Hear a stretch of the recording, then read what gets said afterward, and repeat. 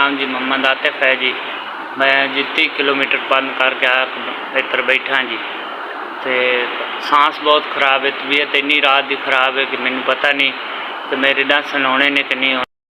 सरकारी जाने जी, वो आते ने जी किसी की सिफारिश लाओ, उत्थे सेहत कार्ड चल नहीं रहा, टाइम उत्थे मिल नहीं रहा मशीनों का, बहुत हालत खराब है, सांस आ नहीं रही।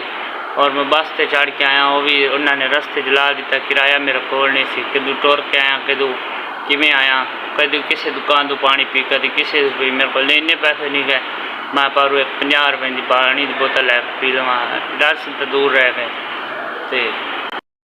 तो मीटर जी टुर के आया जी, घर की अर्श वेच दी है, मोटरसाइकिल वेच दिता है, सेब अलमारी वेच दी, फ्रिज वेच दी है, हत्ता अपना है वो वेच दिता है।